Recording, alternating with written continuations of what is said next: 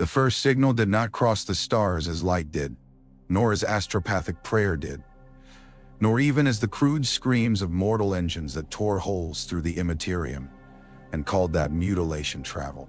It moved through older pathways, through wounds in reality cut before mankind had learned to name fire, through dolmen corridors and phase-locked arteries and sleeping logic buried in the bones of dead worlds. It passed beneath the crusts of airless moons, through the drowned courts of tomb cities sunk under methane seas, along the ribs of orbital fortresses that had drifted cold for 60 million years. It carried no plea. It carried no warning. It carried a crown's memory. Wake! On Mandragora, emerald light kindled under dunes of black glass. The sand, fused by wars so ancient that even the eldest cryptechs remembered them only as equations of grief, trembled and fell into geometric trenches. Miles below, where dynastic banners had hung motionless in halls without air, command sarcophagi opened in exact sequence. One by one, glyphs appeared upon the brows of sleeping lords. Some flickered in confusion, some burned steady, some cracked and bled corrupted light, yet all heard. Wake. In the ghoul stars, a moon that imperial cartographers had marked as barren split along its equator. Its crust peeled back in 6 vast plates, each wider than a continental shelf, revealing a spindle of living metal turning within the hollow body of the world. Scarabs poured out first, glittering in their billions. Then the tomb ships rose after them, long and skeletal and silent, their prows like knives made for the throats of suns. Wake. In the halo stars, a dynasty whose name had not been spoken since the war in heaven stirred beneath a red dwarf gone dim with age. Its phaeron opened eyes of glass and fire, and for one fragile instant some part of him thought he still possessed lungs. He tried to breathe. No breath came. The memory of breath did, and with it came the old horror that every awakening brought. The lie of flesh remembered by metal, the soul-shaped absence where a people had once lived. Then the signal reached him fully. Not a summons from an overlord. Not a treaty code from a rival court. Not a challenge. A decree. Across 100,000 tomb complexes, the command unfolded into language, and language into authority. The glyph of the Triarch burned above every dynastic throne, whether cherished or cursed, whether hidden under lava seas or enthroned within crystalline palaces orbiting dead stars. The words came without sound. I return not as supplicant. I return as king. In the crown necropolis of the Szarekh, beneath an artificial night patterned with constellations that no longer existed, Szarekh stood before the assembled dead. The hall had been built for a species that still believed itself eternal before it discovered what eternity cost. Its ceiling vanished into darkness, held aloft by pillars carved with victories over gods, beasts, empires, and fates. Every pillar bore 1,000 figures, Necron kings with hollow cheeks and proud eyes, their mortal bodies robed in finery. Armies marching under radiation skies, star gods descending in glory, chains breaking around burning suns. The last carvings had been damaged deliberately. Where the C'tan had once been shown as benefactors, talons had gouged their faces away. Below those mutilated gods, the dynastic lords gathered. They did not arrive as humans would have done, with banners snapping and courtiers whispering, and the little warm stink of fear behind perfume. They appeared by translation, flare, and phase shimmer, every noble accompanied by light guard, cryptechs, praetorians, and canoptech attendants. Their bodies were different according to dynasty and vanity. Some wore crowns of living metal shaped like serpent crests. Some had faces polished to mirrors. Some carried war skies older than Terra's first oceans. Some had modified themselves into towering constructs, less kings than monuments to their own arrogance. Others remained almost simple, skeletal, and austere, as if the original shape of biotransference had become a priestly garment. There was no chatter, no breath, no rustle of cloth. Yet the silence was not empty. It was crowded with contempt. Many had come because the signal had compelled acknowledgement. Many had come because curiosity remained even in soulless things. Many had come because the name of Szarekh still held weight, even among those who hated it. The Silent King watched them from the dais. He was less a monarch than a wound carried upright through history. His command barge hovered behind him like a funeral altar, its triarchal engines dimmed in reverence. The three phaeron masks that formed his royal aspect looked upon the hall with differing expressions: grief, judgment, and implacable resolve. His true form was cloaked in radiance and shadow, the gold and obsidian of his necrodermis marked by scars no repair protocol had ever been permitted to erase. To his right and left stood the phaerons of the Triarchal Court, motionless as executioners. The first to speak was Lord Akhmonet of the Nihilakh, his body plated in turquoise and gold, his crown so heavy with honor glyphs that lesser nobles would have staggered beneath its symbolism if not its weight. "You call," Akhmonet said, his voice transmitted through the chamber in controlled pulses, "and the dynasties answer. That much is ceremony. Do not mistake ceremony for obedience." A ripple passed through the hall. Not sound, not movement. 1,000 command subroutines adjusting. Szarekh inclined his head. "You were always fond of ceremony, Akhmonet." The Nihilakh Lord's eyelights narrowed.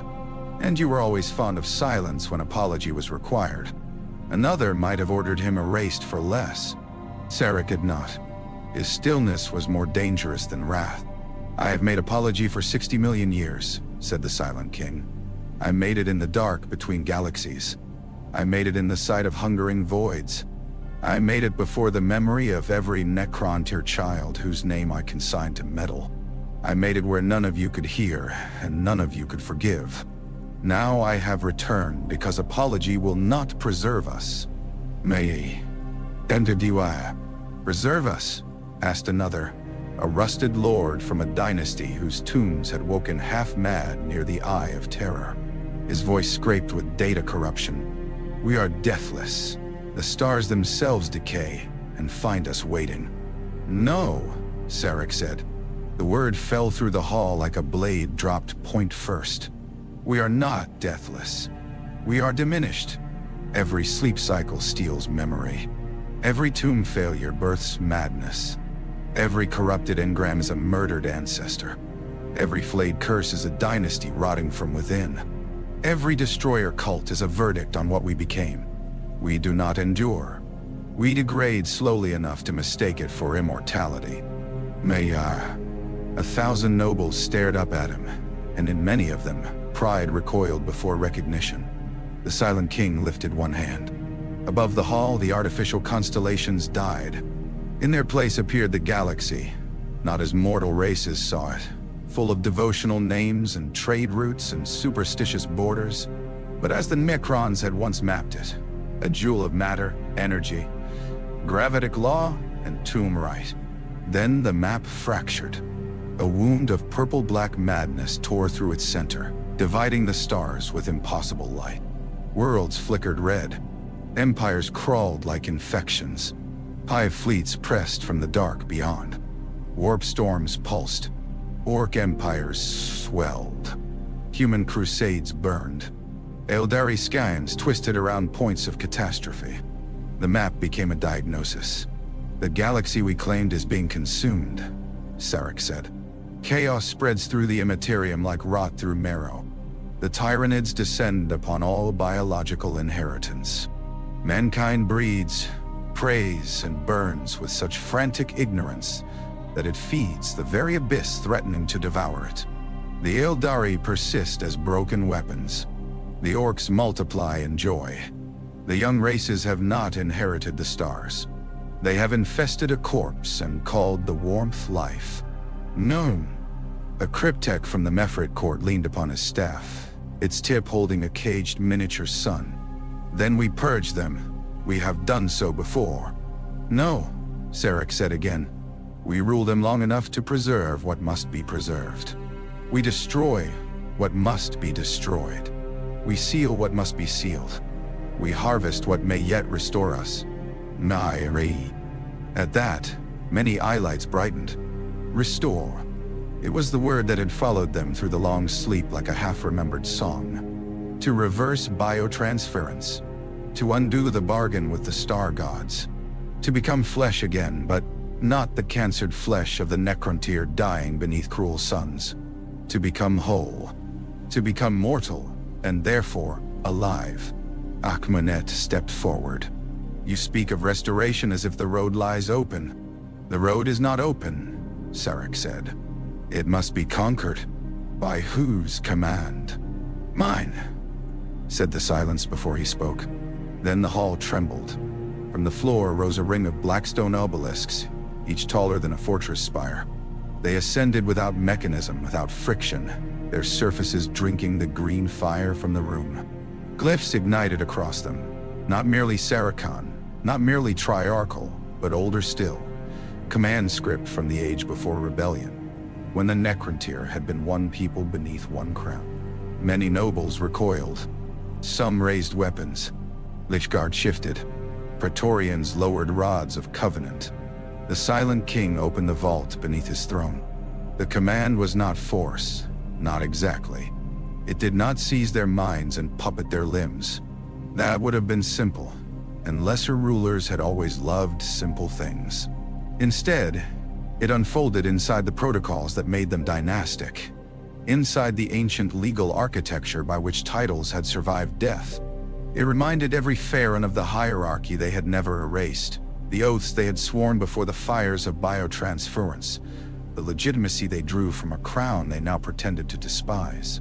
It did not make obedience inevitable. It made rebellion a confession of illegitimacy. Akhmonet's war scythe rose half an inch. The hall waited. His fingers tightened. His court watched him. His honor weighed upon him. For a moment he stood at the edge of history, and every calculation showed him the same truth. If he struck, he would not merely defy Szarekh. He would declare the Nihilak claim to nobility severed from the original law of the Necronter. Every rival would use it. Every vassal would remember it. Every tomb under his authority would receive the legal contradiction and question command. Slowly, Akhmonet lowered the blade. One by one, across the hall, lords knelt. Some did it in loyalty. Some in fury. Some in calculation. Some because their damaged minds interpreted the command as dawn. Some because they had waited 60 million years for someone to speak with the voice of certainty. Szarekh did not smile. He had not returned to be loved. Dynasties of the Necron, he said. And for the first time in 60 million years, the name did not sound like an epitaph. Hear the last command of your silent king. The age of divided tombs is ended. The age of petty crowns is ended. By triarchal right, by dynastic law, by the shame I bear and the future I will purchase with it, I call the Empire to unity. Ned. The kneeling lords stared upward.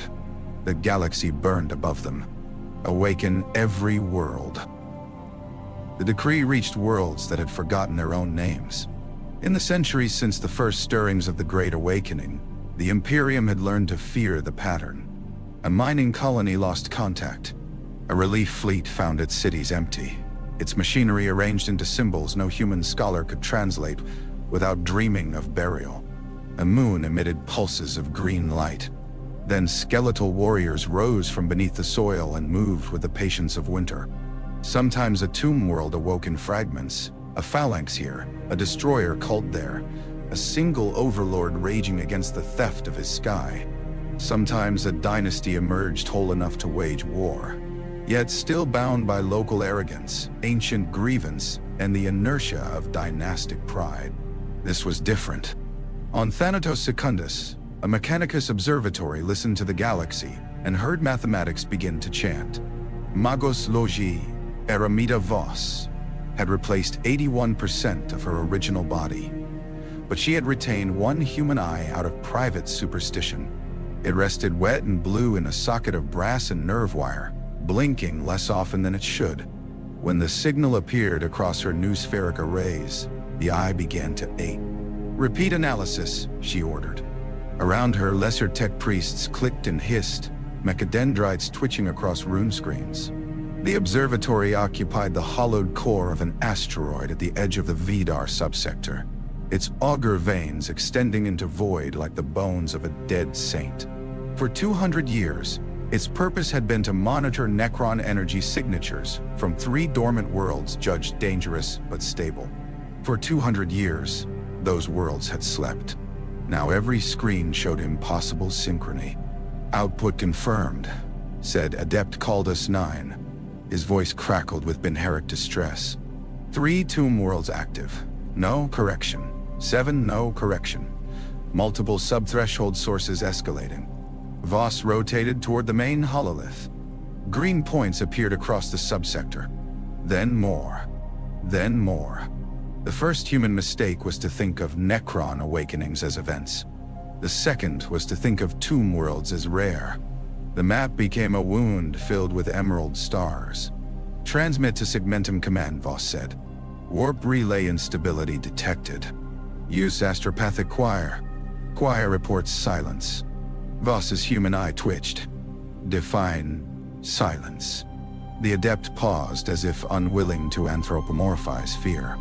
"No reception, no projection. Astropaths conscious but unresponsive. Neurological collapse in 3, 4, 8. Choir master deceased." A low vibration passed through the asteroid. Not an impact, not an engine. Something outside had acknowledged them. The viewplate shutters opened at Voss's command. Beyond them lay the starfield, cold and indifferent. For 12 seconds, nothing moved. Then the darkness folded. A Necron vessel translated into real space without flare, without drive burn, without any of the vulgarity of Imperial arrival. It was crescent-shaped, immense and blacker than the void around it. Green lines glowed along its hull with the elegance of a noble's calligraphy. It did not fire. A message appeared in the Mechanicus noosphere, written in perfect machine code older than Mars. "Observe. Record. Remember your limits." Voss stared. Behind the first ship, others arrived. Not 1, not 10. A procession. Their formation held ceremonial precision, as if an armada were entering a throne room rather than a battlefield. "Defensive batteries," whispered Caldas 9. "No," Voss said. It was not mercy that stayed her command. It was comprehension. The observatory's batteries could cut apart pirate raiders, damage light cruisers, perhaps even scar the hull of a greater vessel if the Omnissiah turned his face toward them. Against what now filled the void, defiance would not be battle. It would be punctuation. The Necron flagship moved past them. The rest followed. They were not there for the observatory. That was the insult. Across Vidar, the tomb worlds opened. The first to die was not a fortress, but a shrine world. St. Kaspella's rest had been built upon the bones of martyrs who had never existed, which did not matter to the billions who believed in them. Its cities climbed mountain ranges in terraces of white stone, every roof bearing statues of saints, every street wired with vox hymns. When the sky turned green, the priests ordered the bells rung. When the bells cracked from the harmonic pressure descending through the atmosphere, they ordered the people to sing louder. The Necrons did not bomb the cities. That terrified people more. Silver legions appeared in the plazas, facing into existence between fountains and reliquaries, their Gauss flares held at rest. Monoliths descended through cloud and hovered above cathedrals. Canoptek constructs flowed over walls, scanning, measuring, ignoring the screams. At the Basilica of the Nine Wounds, Canoness Mariel Vane led 3,000 sisters of battle down the marble steps beneath banners soaked in incense. Her armor was black and bone, her face lined by decades of war. She raised her power sword and declared the Emperor's judgment upon the xenos. The Necron phalanx waited until she finished. Then their leader appeared. He wore no crown, only a command mantle of green light. His face was expressionless even by Necron standards, polished smooth except for the glyph of the Triarch burning on his brow. He looked at the Canoness as one might look at a tool found in the wrong drawer. This world is under reclamation edict, he said. Vayne spat at his feet.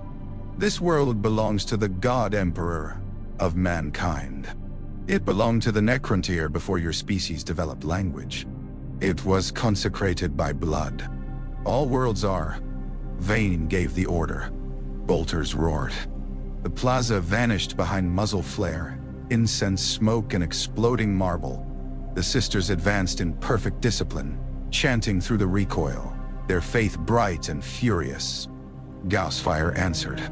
Where it struck, ceramite unraveled molecule by molecule, flesh beneath becoming dust before blood could spill. Sisters fell in clean disassembly, bones shining briefly before vanishing. Yet they kept coming. Vayne reached the Necron commander, sword crackling, and struck hard enough to split his shoulder plate. For a moment, triumph lit her face. Living metal flowed shut around the wound. The commander seized her blade with one hand and snapped it. He did not kill her. That came later. Across the world, resistance flared and died. The Necrons targeted command nodes, shield generators, armories, vox towers, and orbital relays. They ignored statues unless statues blocked roads. They ignored churches unless churches contained weapons. They ignored civilians unless civilians attacked or interfered with cataloging. This restraint was worse than massacre. It revealed that mankind was not hated here. Hatred implied equality of attention. At sunset, though the sun itself was hidden by hovering tombcraft, St. Kaspella's rest received its new designation. Biological Population Reserve. Conditional Preservation. The priests who had survived called it mercy. The cryptecs called it inventory. Far away, within the Crown Necropolis, Szarekh watched 1,000 such reports unfold before him. Every sector presented itself as data, yet behind every datum lay a choice. Destroy, preserve, isolate, study, subjugate, seal. A lesser ruler would have drowned in the scale. Szarekh had once condemned an entire species to immortality with a signature. Scale had lost the power to frighten him. Consequence had not. A cryptech approached, insectile and hunched, his spine rising into a fan of crystal veins. This was Hekatekh, a chronomancer whose service predated the shattering of the Cetan. His eye lenses flickered with multiple futures, most of them unpleasant. My king, Hekatekh said, bowing low. Compliance cascades exceed projections. Nihilak kneels. Mefrit kneels. Novok kneels with predictable enthusiasm. Minor dynasties are aligning by legal compulsion and fear of exclusion from restoration protocols. And Szarekh? The chronomancer's crystal veins dimmed. No oath has been received. The hall's temperature did not change. No air existed for it. Yet every attendant seemed to grow colder. Szarekh turned from the galactic map. Imotekh, he said. The name carried no surprise. No oath, Hekatekh repeated. No refusal transmitted through formal channels either. He gathers fleets. Of course he does. Shall we issue denunciation? No. Assassination protocols? No. Then what command does the king give? Szarekh looked again upon the galaxy. At its eastern marches, the Szarekh domains burned bright, disciplined, vast, and proud. Imotekh had not slept through decay as others had. He had conquered. He had expanded. He had made himself the most dangerous Necron lord not by remembering the old empire, but by building a new one in its ruins. Such a mind would never be compelled by symbols alone. Let the Stormlord gather his fleets, Szarekh said. Let him believe I require submission. Let him believe pride is the battlefield. Hekatekh's crystal veins shifted. And is it not? No, said the Silent King. Pride is the bait. Imotekh received the summons upon a throne he had not inherited, but earned. That distinction mattered to him. The Crown Hall of Mandragora had been rebuilt according to his will after the first cycles of Awakening, when lesser overlords had staggered from their crypts babbling in obsolete dialects and demanding tribute from worlds they no longer control. Imotekh had corrected them, some by alliance, some by humiliation, some by reducing their armies to component atoms and preserving their heads as legal witnesses. The hall reflected that correction. It had no softness, no memorial alcoves, no indulgent carvings of the flesh times. It was Szarekh, severe, immense, and arranged around conquest. Storms moved through its ceiling, not weather. Imotekh had little patience for imitation nature. These were weaponized atmospheric patterns contained within a dome of phase glass, a permanent reminder of the title he had made synonymous with fear. Lightning crawled silently over the court as his nobles stood in ranked order below him, their green eyelights fixed upon the Triarchal command glyph hovering at the center of the chamber. Khazar the Blade Lord was the first to break silence. His necrodermis still bore scars from campaigns against the Ultramarines, which he had refused to repair because he considered them trophies rather than damage. "It's authentic," he said. "Triarchal root code, pre-shattering legitimacy markers. Dynastic law recognizes its supremacy. A lesser court would have shifted uneasily. The Szarekh did not shift." Imotekh leaned forward, fingers resting upon the arms of his throne. His body was tall and powerful, plated in burnished metal, the phase generator in his chest pulsing with contained stormlight. His crown rose in bladed arcs. His staff rested beside him, its headpiece glowing like a captured tempest. "Dynastic law recognizes many dead things," he said. Cryptek Aramok, who had served 3 phaerons before choosing Imotekh, because Imotekh was the only one still winning, inclined his head. "The summons is more than ceremony. Lesser tomb courts are already entering compliance. We have received confirmatory telemetry from the Nihilakh, the Mefrit, the Ogdobek, the—" "I know who kneels," Imotekh said. The cryptek stopped.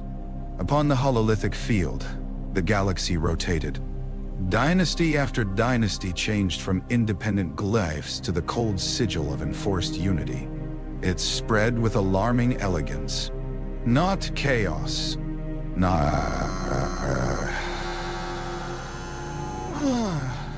Not frenzy. Not even conquest in the common sense. It was administrative resurrection. The old empire was remembering its own shape. A court noble named Szarekh spoke with carefully measured contempt. The silent king abandoned the galaxy. "Yes," said Imotekh. "He abandoned us." "Yes." He ordered biotransference. "Yes." "Then no oath is owed." Imotekh's eyes brightened. "Be cautious, Szarekh. Your conclusion is correct, but your reasoning is sentimental." The noble stiffened. Imotekh rose. Every lord in the chamber lowered their gaze by a fraction, not because protocol compelled it, but because none wished to appear slow in recognizing power. "Szarekh did abandon us," Imotekh said. "He did command the bargain that damned us. He did flee into the void beyond the galaxy while we slept in tombs that decayed, malfunctioned, flooded, fractured, and rotted into madness. All this is true. All this is useful to say before those who require moral permission to defy him. And he descended the steps from his throne. With each step, the storm above flashed. "But it is not why I refuse." The Triarchal glyph pulsed, still waiting. "I refuse because I did not wake to become steward of another king's regret. I did not conquer Mandragora, humble rivals, break imperial crusades, and carve dominion from the carcass of the stars so that a penitent relic might return and demand I hand him the blade. Nani. Oh. Khazar struck the butt of his war scythe against the floor. Others followed. The sound rang through the hall like iron hail.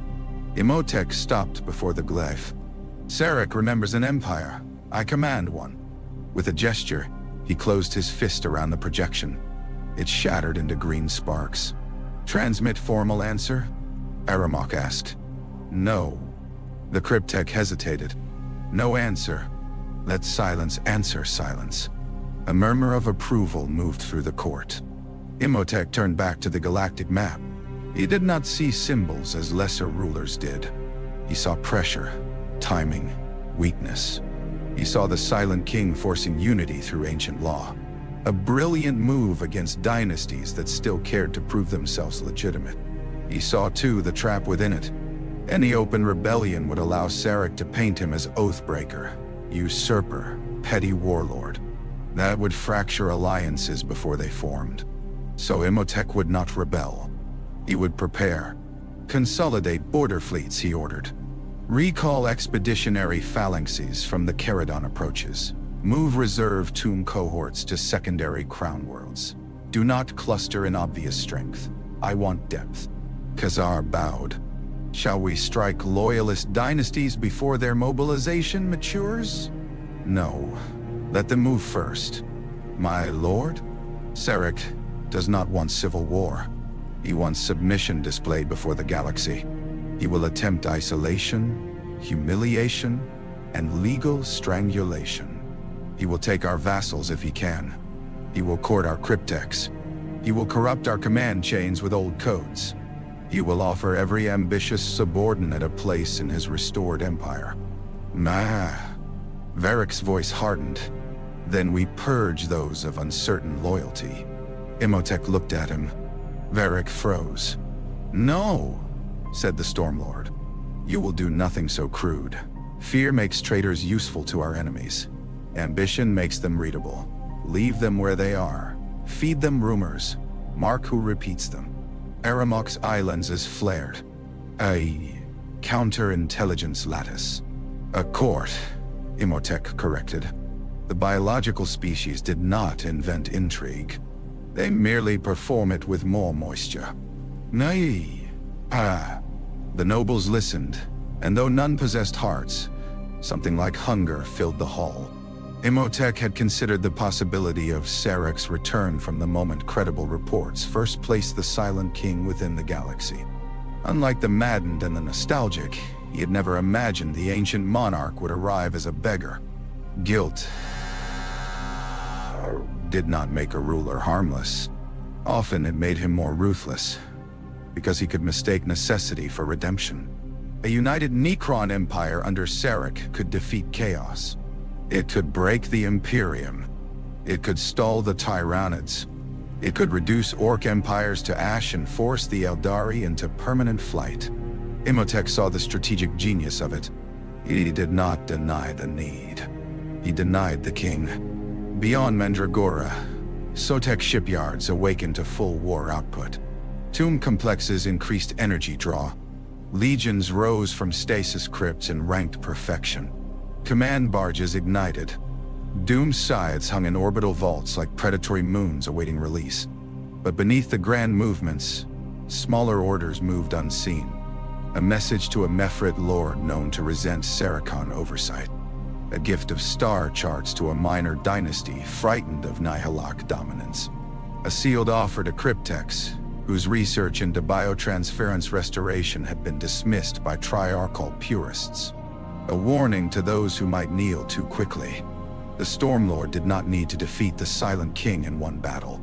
He needed to prove that unity under Szarekh would cost more than unity with him.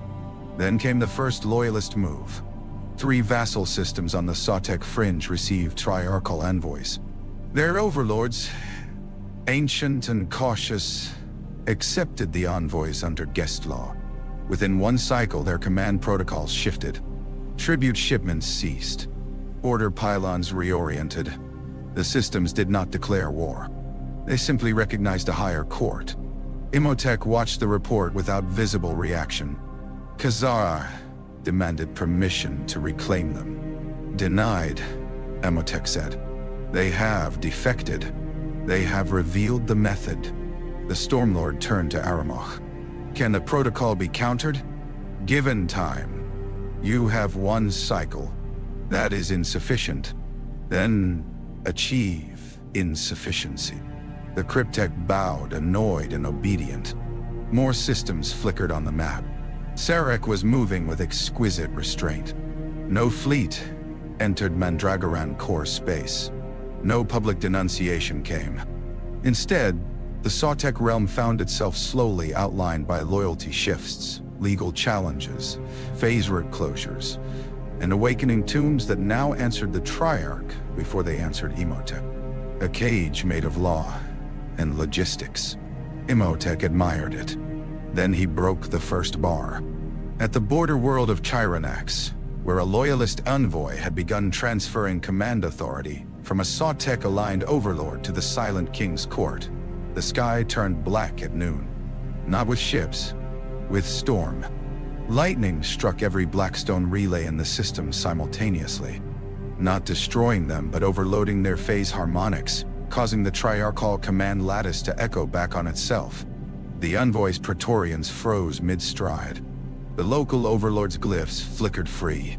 Szarekh legions emerged from subterranean vaults and surrounded the court. Imotekh appeared by projection above the throne. "Guest law protects envoys," he said to the Triarchal emissary, "so I will not kill you." The emissary stared upward, pinned in a storm field. "You will return to Szarekh," Imotekh continued, "and inform him that Mandragora recognizes no superior crown." The projection leaned closer. "And tell him I have not yet begun to be rude." The emissary was released. The message crossed the stars. In the Crown Necropolis, Szarekh received it in silence. Around him, his council waited for anger. Instead, the Silent King extended one hand over the map and touched Mandragora's glyph. "There," he said. Hekatekh's crystal veins shifted. "My king? There is the mind I require." Canoness Marielvain survived because the Necrons wanted a witness who understood command. She learned this on the third day after the fall of St. Kaspella's Rest, when the xenos brought her to the basilica whose steps she had defended. Her left arm ended at the elbow, not bandaged but sealed by some cold cautery that had prevented blood loss with insulting efficiency. Her armor was gone. In its place, she wore a plain gray shift, taken from the civilian infirmaries.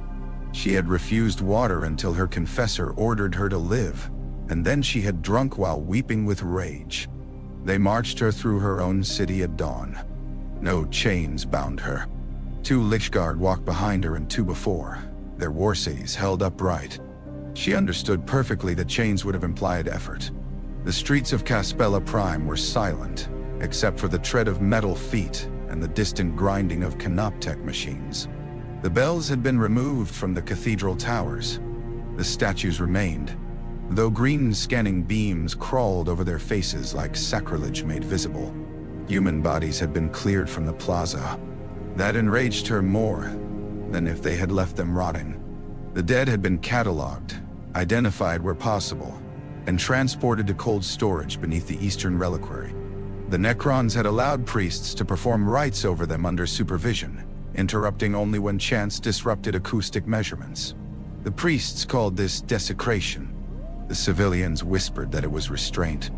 Vayne knew both were true. A Necron commander waited at the basilica doors. He was the same one she had struck, his shoulder immaculate now, his expressionless face reflecting the pale morning. Around him, scarabs repaired bolter scars in the marble. They worked with delicate precision, rebuilding what battle had damaged, not for reverence, but because damage offended some internal geometry. "You wish to see what you have conquered?" Vayne asked. "No," the commander said. "I wish you to see what remains." She spat blood at him. It landed on the marble between them. A scarab moved toward it. The commander lifted a hand, and the creature stopped. "Your defiance has been recorded," he said. "Then record this: the Emperor protects." The commander looked past her, toward the city. "Not here." She lunged. The Lichguard did not move. They did not need to. A field caught her mid-step and held her suspended muscles locked, teeth clenched against pain. The commander approached until his face filled her vision. "You mistake observation for debate," he said. "Your faith is of interest only in relation to its strategic effects. It increases resistance, reduces surrender probability, and appears to provide limited resilience against certain immaterial phenomena. It does not alter ownership. The Emperor owns my soul. Then he possesses a thing we cannot detect." The field released her. She fell to one knee, refusing to cry out. Behind the commander, the basilica doors opened.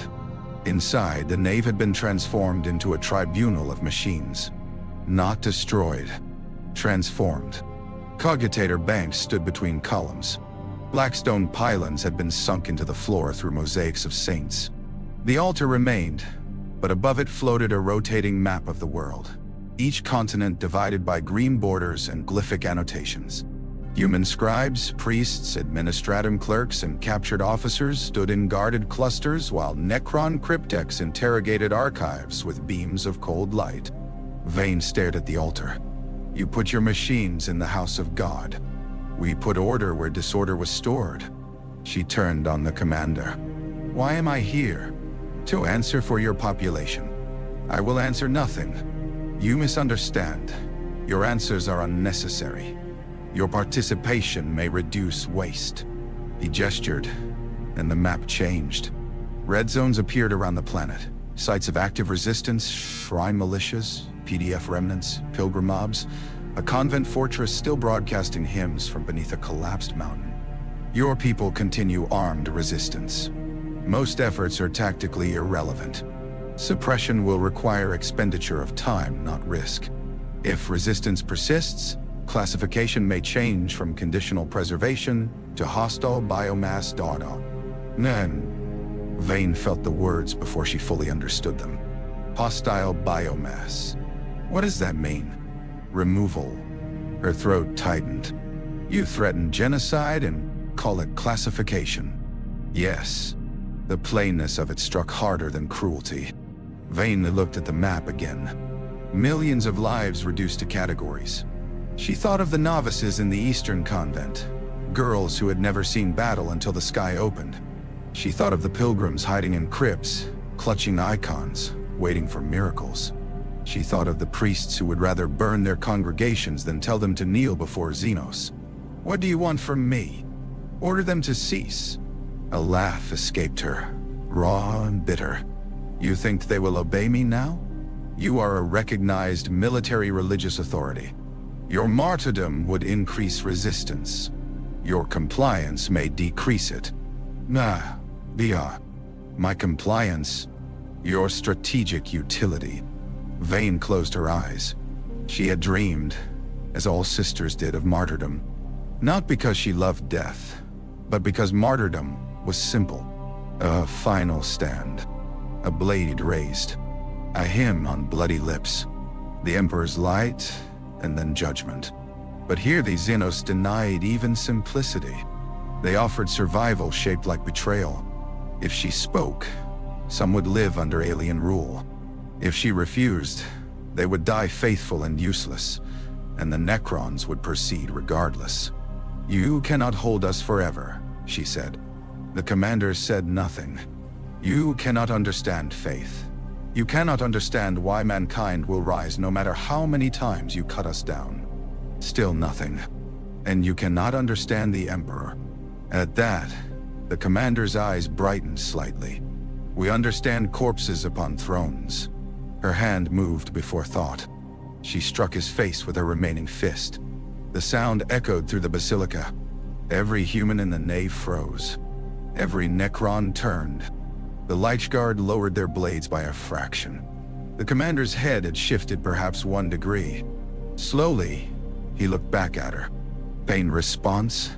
Asked a nearby cryptech, curious. Vayne glared. Satisfaction.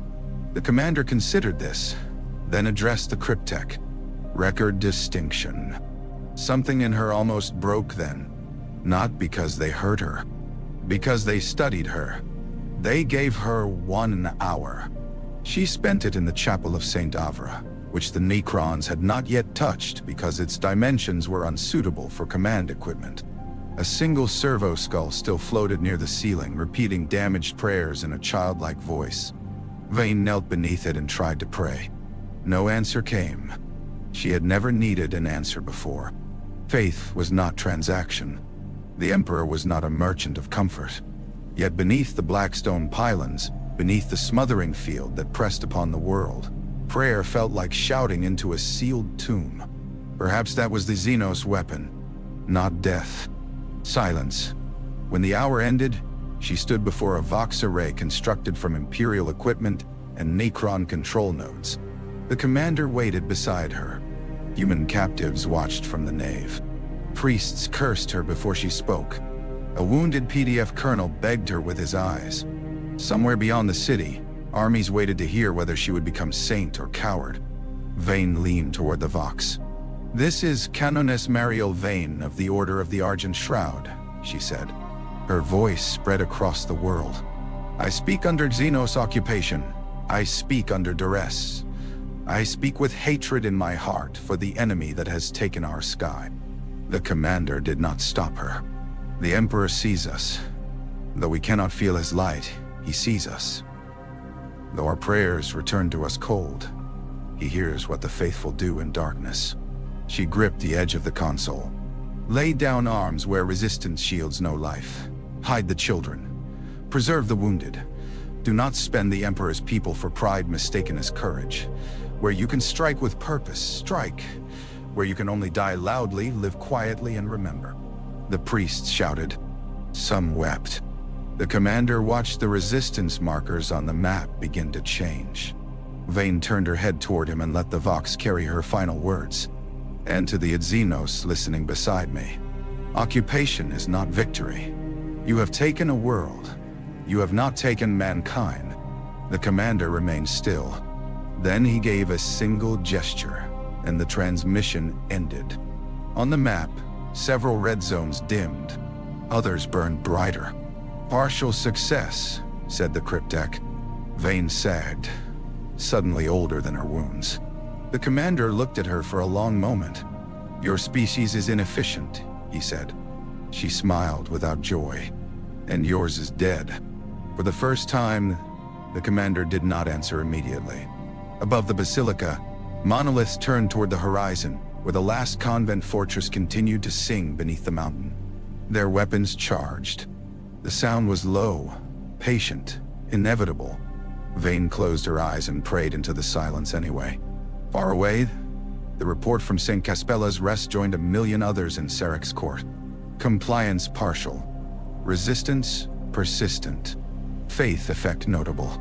Population viable. Preservation recommended pending further pacification. The Silent King read the summary. For one instant, hidden behind masks of command, memory stirred. A people beneath cruel suns. A race praying not to gods but to kings, to physicians, to anything that might save their children from the cancers eating them alive. Desperation dressed as dignity. Pride standing upright while extinction pressed its hand upon the door. Then the instant passed. "Preserve the population," Szarekh ordered. "Break the armies. Leave the shrines standing." Hekatekh bowed. "A gesture of mercy?" "No," said Szarekh. "A test of endurance." Trazyn the Infinite disliked unity. It made history less collectible. War, betrayal, factionalism, doomed alliances, heroic last stands, foolish coronations, unexpected reversals. These were the textures that gave an era shape. A galaxy ruled cleanly by one will risked becoming aesthetically barren. Efficient, yes. Significant, certainly. But dull in the way a perfectly cataloged archive was dull if no thief ever tried to steal from it. He walked through the galleries of Solemnes, while the Silent King's command echoed across the stars, and he considered whether Apocalypse improved provenance. His current path took him past the Hall of Regrettable Crusades, where 3 Imperial generals stood frozen at the moment each realized reinforcement would not arrive. Beyond them, a full squad of Space Marines in pre-heresy armor advanced eternally through stasis fog, bolters raised, unaware that they had been rare when Trazyn acquired them, and nearly mythical.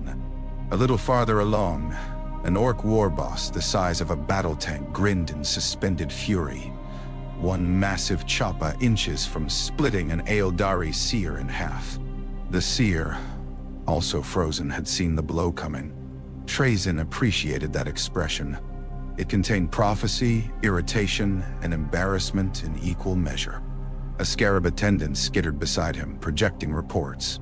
Szarekh Unity compliance now exceeds 74% of active dynastic command structures. It clicked. Estimated 89% within 9 cycles, excluding Szarekh resistance, flayed anomalies, severed tomb clusters, and intentionally unresponsive eccentric courts. Eccentric, Trazyn repeated. How bureaucratic. The scarab waited. Yes, include us in that category. Already included. Efficient thing. He stopped before a newly prepared exhibit space. It was empty, but for a pedestal, a phase-locked containment field, and a small plaque bearing no inscription yet. Trazyn had ordered it constructed when the first rumors of Sarekh's return reached him. At the time, he had imagined several possibilities. The Silent King's crown, if accessible. The first oath token of reunited dynasties. Imotekh's staff, should events become amusing. Perhaps even the Silent King himself, though that would present both practical challenges and political consequences. Now the empty pedestal seemed inadequate. How did one collect a moment like this? A lesser curator would gather relics. Trazyn wanted context. He passed into the chamber of human presumptions, where artifacts from mankind's brief but noisy ascendancy were arranged by theme. Saints' bones, fake saints' bones, genuine weapons misidentified as saints' bones, banners from crusades whose names had outlived their achievements. A damaged custodian helm acquired under circumstances he considered misunderstood rather than criminal. Near the far end stood a transparent field containing a robed human inquisitor in mid-accusation, one finger extended. Mouth open, eyes bright with moral certainty. Trazyn paused before him. You would enjoy this, he told the frozen inquisitor. Or perhaps not. Your species rarely enjoys being historically important in the correct way. Ganbei Inda. A second presence entered the chamber. Awaken the diviner did not announce himself. He considered announcement a habit of beings trapped in linear expectation. His form shimmered with chronometric distortion, his staff clicking softly against the floor. Where Trazyn moved like a noble collector inspecting his estate, Awaken moved like a prophecy displeased by architecture. You are considering theft, Awaken said. Tautology is unbecoming in a diviner. You are considering theft from Szarekh. That is much more specific, and therefore much more rude. Awaken's eyes narrowed. Do not be frivolous. The skeins convulse. The Silent King's command alters causal architecture across the galaxy. Events that were divided now converge. How distressing for events. This unity may prevent certain extinctions, or cause more fashionable ones. Awaken stepped beside him and looked at the frozen inquisitor. The humans will resist beyond rational limits. Yes, it is one of their few museum-worthy traits. No, the Eldari will interfere. Also traditional. The Stormlord will not kneel willingly. Now we approach entertainment. Awaken turned toward him. This is not entertainment. Trazyn lifted a finger. It is not only entertainment. Szarekh seeks restoration. At that, Trazyn's levity thinned. The word moved differently among Necrons. It could turn fools into philosophers and tyrants into beggars. Trazyn had collected enough of the galaxy to understand longing as an artifact, but restoration was not an artifact. It was an absence. A hunger shaped like a body no one possessed. I know what he seeks, Trazyn said. Do you support him? Must every age reduce itself to support and opposition? I prefer participation. Your participation often resembles sabotage. And yet history thanks me. No? You thank yourself on history's behalf. Trazyn inclined his head, conceding elegance if not accuracy. Awaken moved toward the empty pedestal. You cannot collect this. My dear Awaken, you underestimate both my ambition and my storage capacity. I mean the moment, not the objects. The moment will not remain still. Nothing does until properly contained. The diviner's staff struck the floor. For a heartbeat, time stuttered. The display lights elongated. The frozen Inquisitor's open mouth seemed almost to tremble. Awaken projected a vision into the chamber. The gallery vanished. Trazyn stood beneath a sky without stars. Not night. Absence. Across a plain of blackstone, human cities lay silent. Not ruined, but emptied of defiance. Aeldari wraithbone towers cracked under null light. Orc empires burned in green flame that was not their own. Tyranid bioships drifted dead around worlds stripped of atmosphere. In the center of it all stood Szarekh, crowned by a network of pylons that reached from system to system, his masks turned toward a single living child suspended in light. Then the vision shifted. A different future. Chaos storms raging unchecked, Terra screaming beneath a sky of daemons, Necron tombs drowned in empiric madness, Tyranids feeding on worlds the Necrons had failed to preserve, Imotekh ruling a reduced empire of ash, Szarekh broken upon a throne of failed intentions. Another shift. A Cetan shard laughing inside the body of a son. Another. Guilliman kneeling not in submission but exhaustion, surrounded by dead custodes. Another. Trazyn's own galleries cracked open, his collections spilling into dust while flayed things crawled over irreplaceable exhibits. Enough, Trazyn snapped. The chamber returned. Awaken watched him.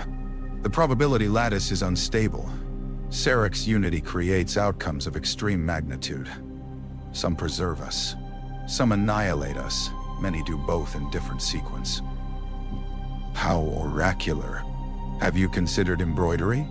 No. D. You must choose. I must do nothing. That is also a choice. A dreary cliché, and therefore likely true only in emergencies. Awaken leaned closer. This is an emergency. Trazyn looked back at the empty pedestal. Support Szarekh, and the galaxy might be saved from chaos only to become a silent mausoleum under one grieving king. Support Imotekh, and Necron independence might survive at the cost of strategic unity against threats no single dynasty could overcome. Support neither, and history would proceed without adequate curation. Unacceptable. What does the Silent King require? Trazyn asked. Legitimacy, compliance, intelligence, control over the narrative of return.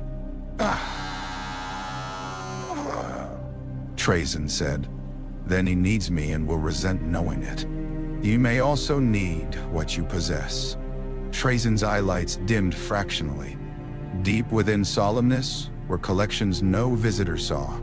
Not the public galleries of frozen armies and amusing tyrants, but vaults sealed behind dimensional locks and lies. Samples from extinct species. Pre-biotransference, Necrontier cultural matrices.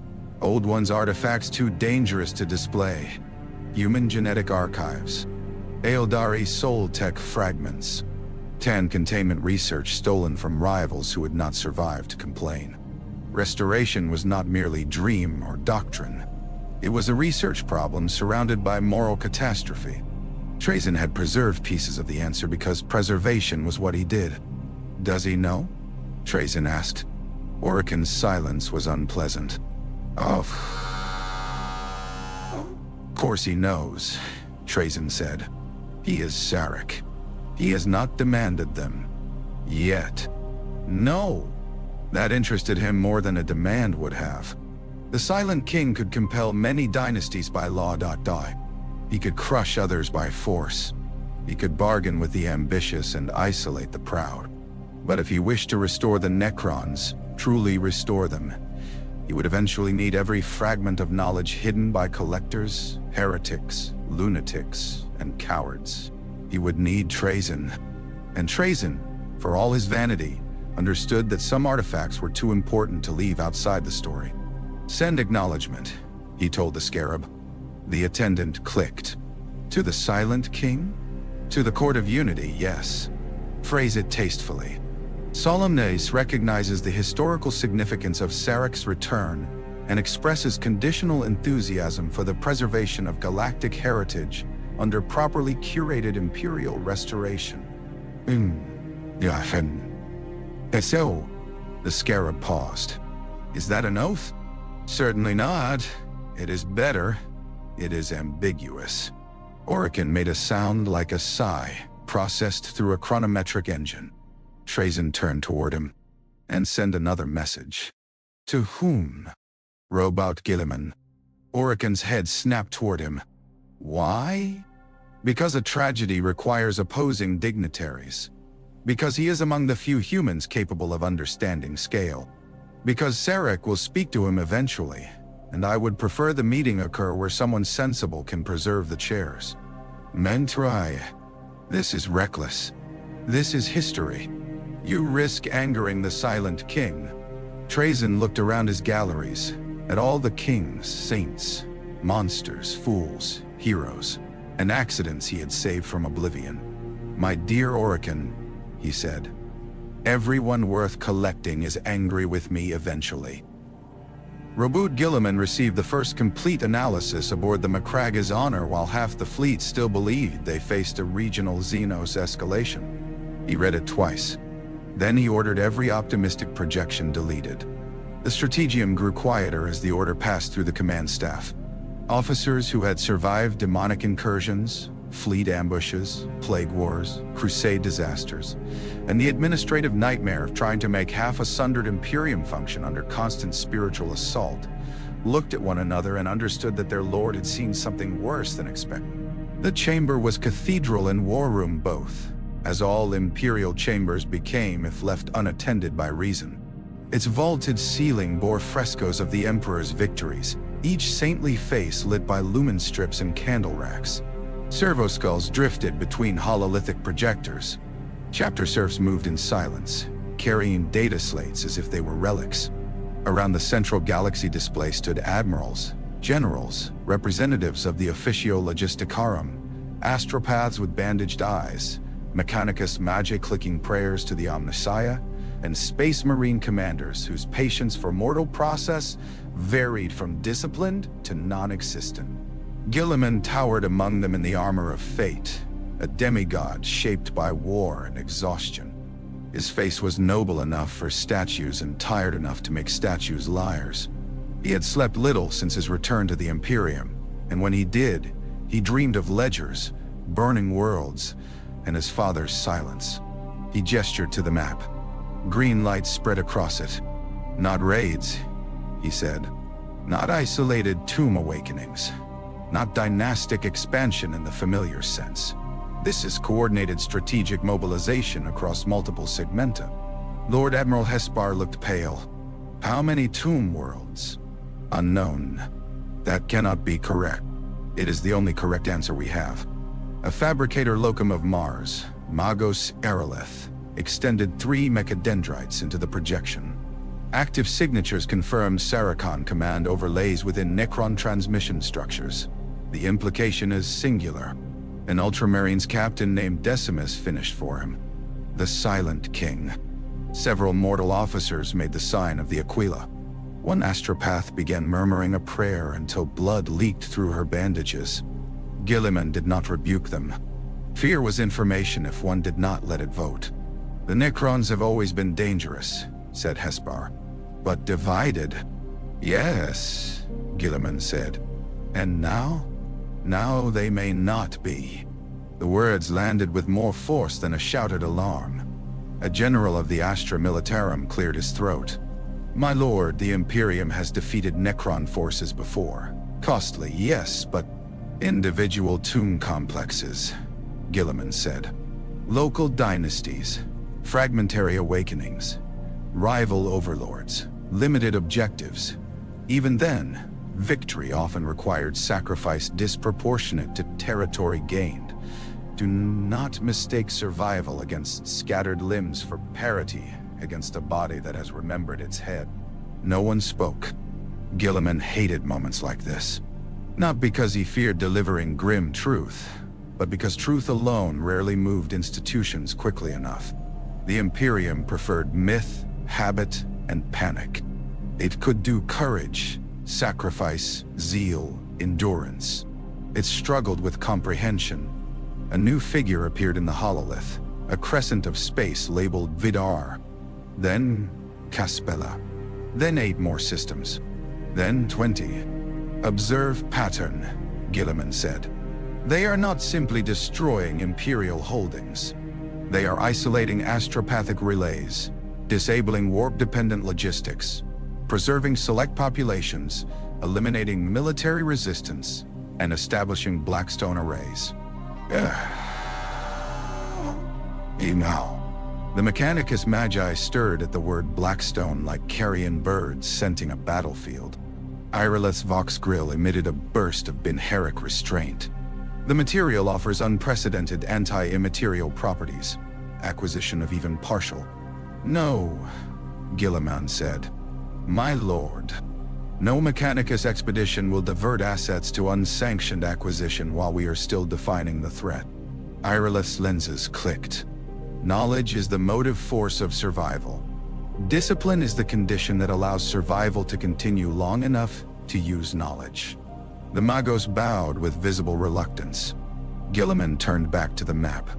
Their anti-warp fields are expanding. Reports from St. Kaspella's rest indicate astropathic collapse, prayer-dampening psychological effects, and reduced manifestation of empiric phenomena.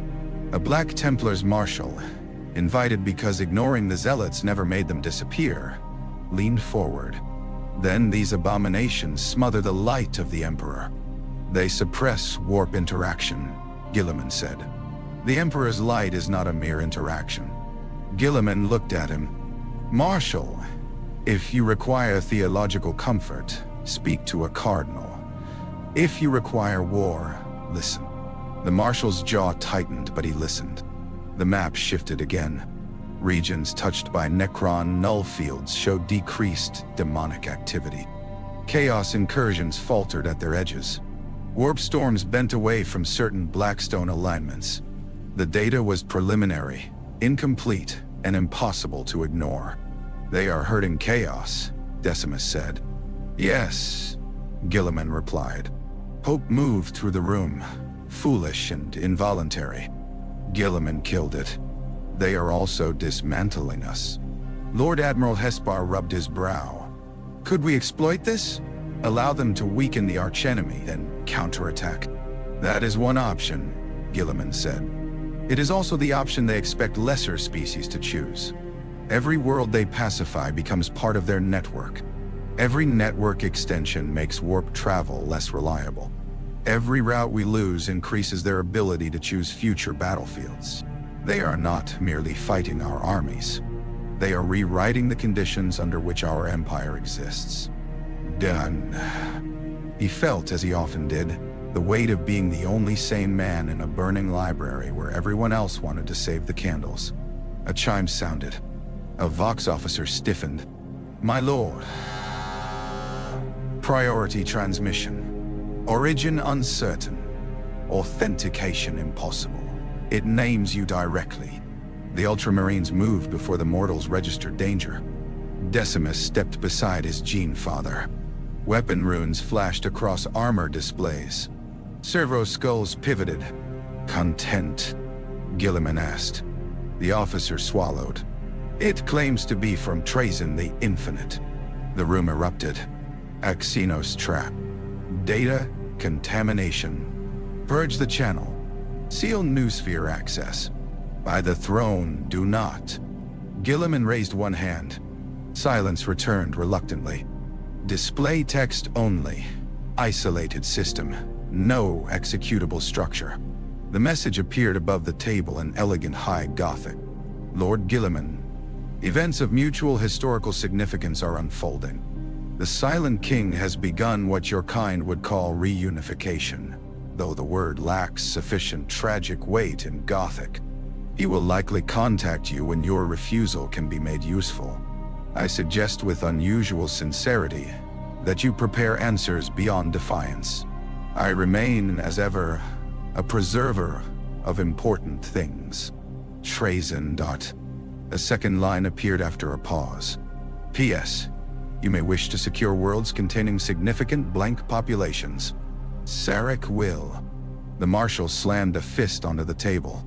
Poison. Lies. Possibly, Guilliman said. Possibly. Trazyn lies often. He also preserves truth when it amuses him. The warning aligns with Necron's strategic interest in anti-warp assets. Mapati. Ireleth's mechadendrites twitched. Blank populations as components in null field amplification. Or research, Guilliman said. Or bargaining pieces. Or protection from chaos. Or all of these. The map seemed larger now, and the Imperium smaller. Guilliman dismissed half the council and retained those capable of thought without immediate chanting. Orders followed. Reinforce known Blackstone sites. Secure Pariah bloodline records. Reclassify Necron awakenings under unified command possibility. Dispatch warning to Segmentum Command. Prepare diplomatic response frameworks no one was to call diplomacy in front of the ecclesiarchy. Redirect reconnaissance assets. Quietly identify Imperial worlds that might survive under occupation, and those that must be denied to the enemy. When the room thinned, Decimus remained. "My lord," the captain said, "do you believe the Silent King will truly seek parley?" "Yes." "And will you answer?" Guilliman watched green light spread over human stars. "I must." Decimus hesitated. "Can there be accord with such a creature?" Guilliman thought of his father, enthroned and silent. He thought of the Imperium built in his name, monstrous and necessary, and decaying. He thought of Szarekh, who had damned his people in pursuit of salvation and returned to command their future. How different was a god-king upon a golden throne from a silent monarch upon a blackstone one, if viewed by those crushed beneath them?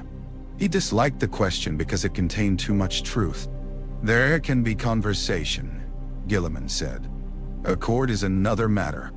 And if the Necrons offer aid against chaos, they will. Then..." Guilliman closed the data slate in his hand with enough force to crack its casing.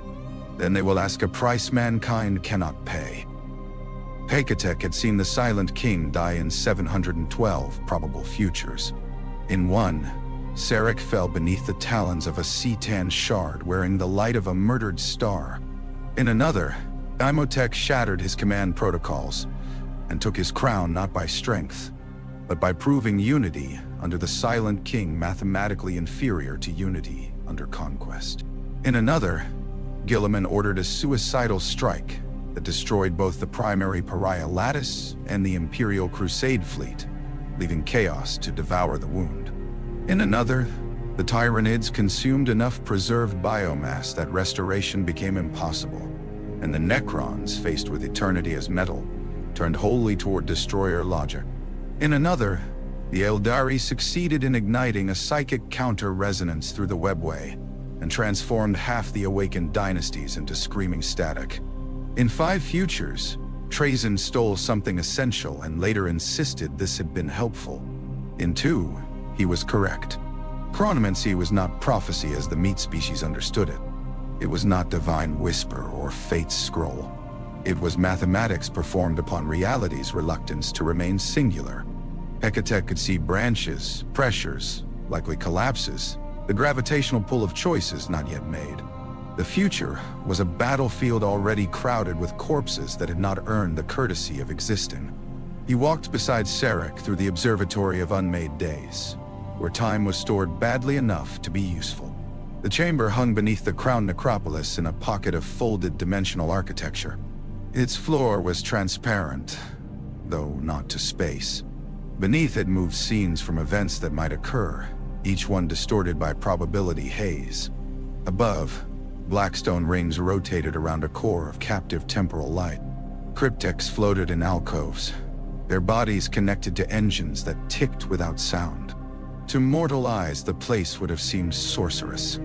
The Necrons had killed gods and found sorcery an imprecise word for technology insufficiently ashamed of itself. Szarekh stopped before a vision of Mandragora. Imotekh stood upon a battlefield of broken monoliths, his staff raised, storms coiling behind him like living crowns. Around him, Szarekh legions fought Sarachan phalanxes amid green lightning. The scene flickered. In one branch, Imotekh knelt. In another, Sarekh's envoy died. In a third, Both rulers stood side by side before a map of burning Imperial space. "Show convergence," Szarekh said. Hekatekh lifted his staff. The visions thinned. Hundreds became dozens. Dozens became 9. "Stormlord compliance is achievable," the chronomancer said. "Voluntary loyalty is not. I did not ask for affection. No, but hatred has logistics. It must be budgeted." Sarekh's grief mask turned toward him. "Speak plainly. If Imotekh is crushed, Szarekh compliance rises in the immediate term, but long-range unity degrades. His commanders obey because they must, then sabotage because they can. If he is killed, martyrdom fractures the eastern dynasties. If he is ignored, he builds a counter-crown. If he is honored without defeat, your legitimacy weakens. And if he's defeated but preserved, highest ability, highest future danger. Acceptable." Hekatekh had known that would be the answer. Knowing did not make it wise. "He will betray you if he judges betrayal beneficial. Then I must make loyalty more beneficial. You cannot purchase his pride." "No," Szarekh said, "but I can give it work." The chronomancer stored the phrasing for later analysis. Szarekh often spoke like one carving law into stone, but there were moments when old kingship gave way to something more intimate and more terrible. He understood nobles not because he trusted them, but because he had been the first and greatest of them. They moved to another vision. The Pariah Nexus expanded across the stars. Worlds dimmed in the warp. Daemon hosts collapsed into ash at its borders. Sorcerers screamed as their gods receded. Human populations became calmer at first, then listless, then obedient in ways that disturbed even Necron observers. Faith did not vanish, but its fire guttered. Rebellion decreased. Suicide increased. Psychic mutation decreased. Birth rates altered. Dreams became rare. Szarekh watched without visible reaction. "Null saturation beyond threshold produces biological degradation," Hekatekh said. "Useful for pacification, counterproductive for preservation."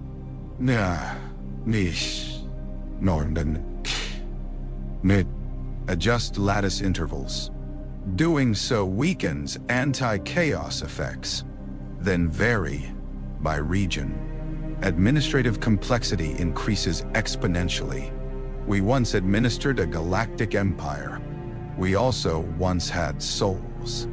The words escaped before caution revised them. Every cryptech in nearby alcoves went still. Szarekh turned slowly. Hekatekh lowered his head. He did not apologize. Apology implied accidental falsehood. The Silent King did not punish him. "Yes," Szarekh said. "We did." The observatory dimmed, as if the admission had weight. Hekatekh, who had given up regret as inefficient, felt an old corrupted subroutine stir and quickly sealed it. They continued.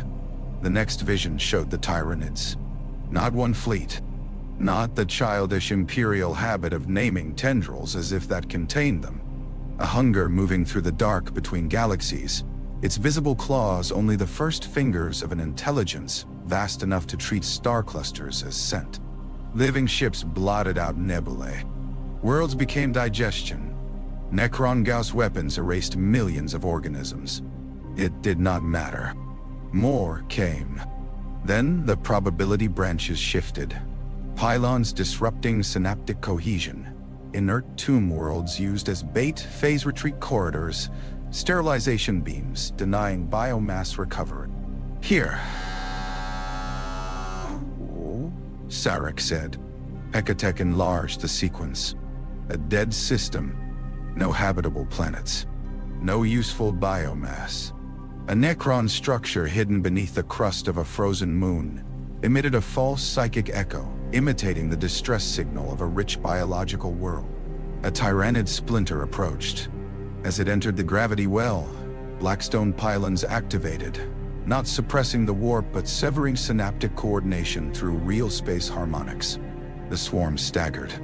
Then Mefrit's star killers ignited the system's outer gas giant into a brief artificial sun. The hive ships died in radiance. Effective, Szarekh said. Repeatable at limited scale. Scale it. Requires resources allocated away from Imperial pacification. The humans can wait. The Tyranids cannot. Hekatekh inclined his head. This prioritization will confuse subordinate dynasties. Then explain it. They prefer conquest. They will prefer existence more. The chronomancer did not answer. They reached the final ring. Here the visions grew unstable. Restoration futures always did. Too many unknowns. Too many missing technologies. Too many moral variables among species that insisted on making choices without proper modeling. At the center of the projection floated a biological form that was neither Necrontyr nor human, nor Aeldari, nor any known species, but a possibility assembled from stolen genomes, necrodermis interfaces, soul capture theories, and tan air allies. Around it stood Szarekh, Ceres, Trazyn, Awaken, and figures not yet identified. In some futures, the body opened its eyes. In others, it screamed until its flesh liquefied. In many, the attempt required millions of living subjects. In some, billions. Szarekh stood before it longer than he had stood before war. Hekatekh watched him. "My king," he said carefully. "Restoration remains theoretical. So was God-killing. The processes may require unacceptable. Do not use that word unless you know what I accept." The chronomancer's veins dimmed. Szarekh stepped closer to the projection. One of his masks, the sorrowful one, reflected the unborn body's face. "When I ordered biotransference," he said, "I told myself there was no other path. Our people were dying. Our bodies were prisons of pain. The old ones denied us salvation. The C'tan offered victory. Every calculation was shaped by desperation, pride, and hatred. I mistook vengeance for necessity. I mistook survival for life. Nan harai amor. Before the vision flickered. The possible body died, lived, changed, burned, sang, rotted. I will not make that mistake again, Szarekh said. Hekatekh almost believed him. What if restoration requires atrocity? The chronomancer asked. The silent king did not look away from the projection. Then we will discover whether I have learned anything. It was not the answer Hekatekh wanted. It was better and worse. A summons chimed through the observatory. Szarekh command protocol. Priority absolute. Hekatekh accessed it and froze. What is it? Szarekh asked. Response from Solemness. Trazyn recognizes the historical significance of your return and expresses conditional enthusiasm. Not an oath. No. A warning? Likely several hidden inside punctuation. Good. Good. There is more. He has transmitted to the human prime arc. Sarekh's masks turned toward him. Hekatekh continued. Roboute Guilliman.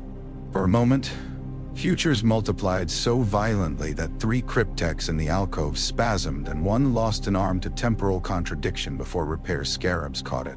Szarekh looked upward as if he could see through the necropolis, through the tomb world, through the stars, to the blue-armored son of an emperor upon a ship filled with candles and stubbornness.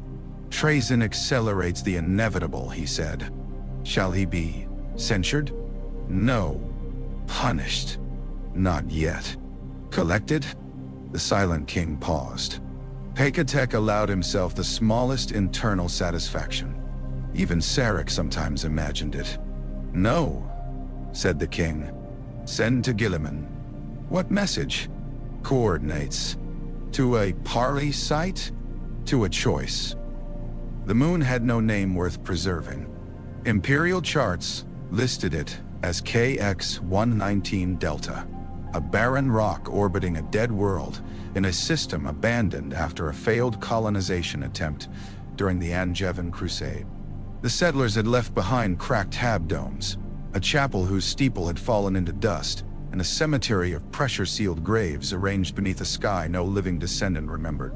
The system possessed no strategic value, which made it valuable for 1 hour.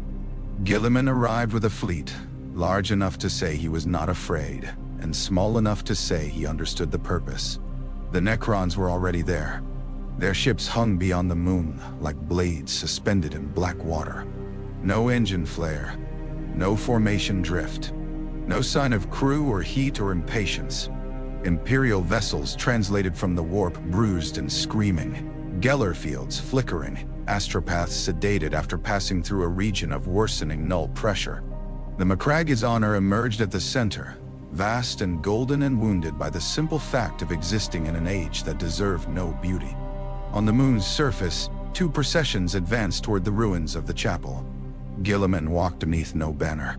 He wore the armor of fate, the Emperor's sword sheathed at his side, the hand of Dominion ready but inactive.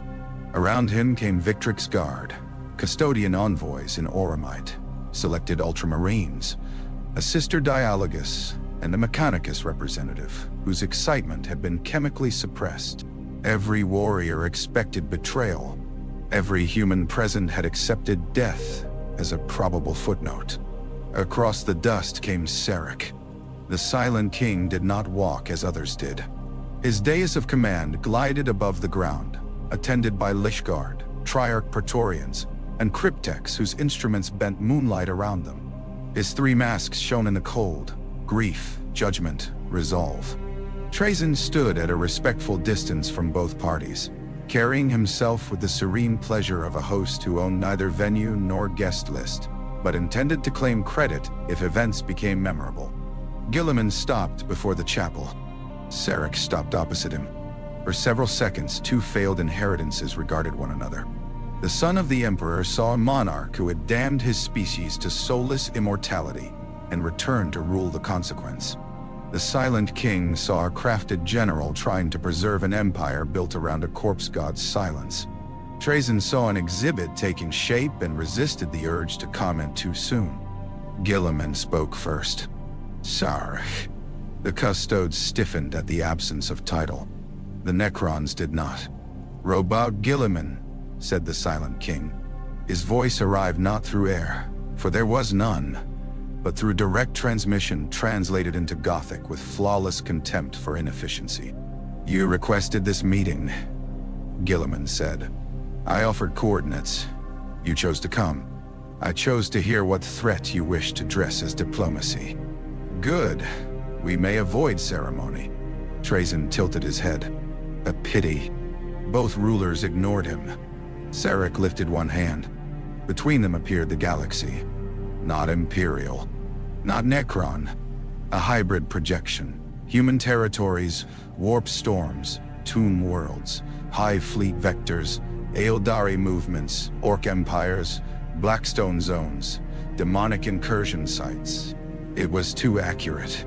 Guilliman knew at once that the Necrons possessed intelligence the Imperium would have killed to obtain. The Silent King touched the Great Rift. Your empire is broken. Guilliman did not answer. Your father's realm rots around a wound it cannot close. Your species feeds the Imperium through fear, prayer, pain, ambition, and ignorance. Your navigators require the warp. Your astropaths scream through it. Your priests empower what they deny. Your armies fight chaos with faith that burns bright enough to cast shadows in the very realm that hates you. And your solution is conquest. My solution is order. Every tyrant in history has preferred that word. Every failing empire has preferred liberty when it meant the right to continue failing. Guilliman's eyes hardened. Do not mistake mankind's suffering for consent. I do not require consent to prevent extinction. There it is. Szarikh's masks remained fixed. You think this accusation wounds me? It does not. I have committed crimes beyond your priest's vocabulary. I have also seen what approaches from beyond the galaxy. I have seen what chaos becomes when permitted infinite appetite. I have seen the young races squander every reprieve. And so, you will cage us. I will preserve what is necessary. What is necessary? The projection changed. Human worlds appeared in categories. military threat, psychic density, genetic utility, industrial output, blank incidents, chaos contamination, Tyranid vulnerability, compliance probability. Several ultramarines shifted. One custodian's guardian spear lowered a fraction. Guilliman stared at the categories, and for a moment his face showed not anger but naked disgust. You classify human beings like livestock? Yes. The honesty struck like a blow. Guilliman stepped closer. Then hear me clearly. Mankind will never accept your rule. Parts will. Parts already have. Under occupation. Under survival. You call silence peace. I call survival preferable to extinction. Survival without freedom is not life. Szarekh's grief mask seemed impossibly to deepen. You speak with the luxury of a being whose species still has souls. The words cut through the chamber. Even Guilliman paused. Szarekh lowered his hand and the projection vanished except for one image.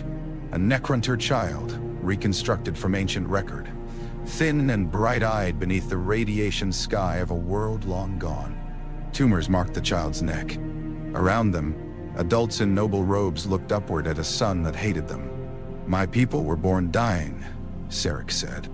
We sought justice from those who denied us. We sought strength from those who deceived us. I made a bargain, and my species became immortal corpses.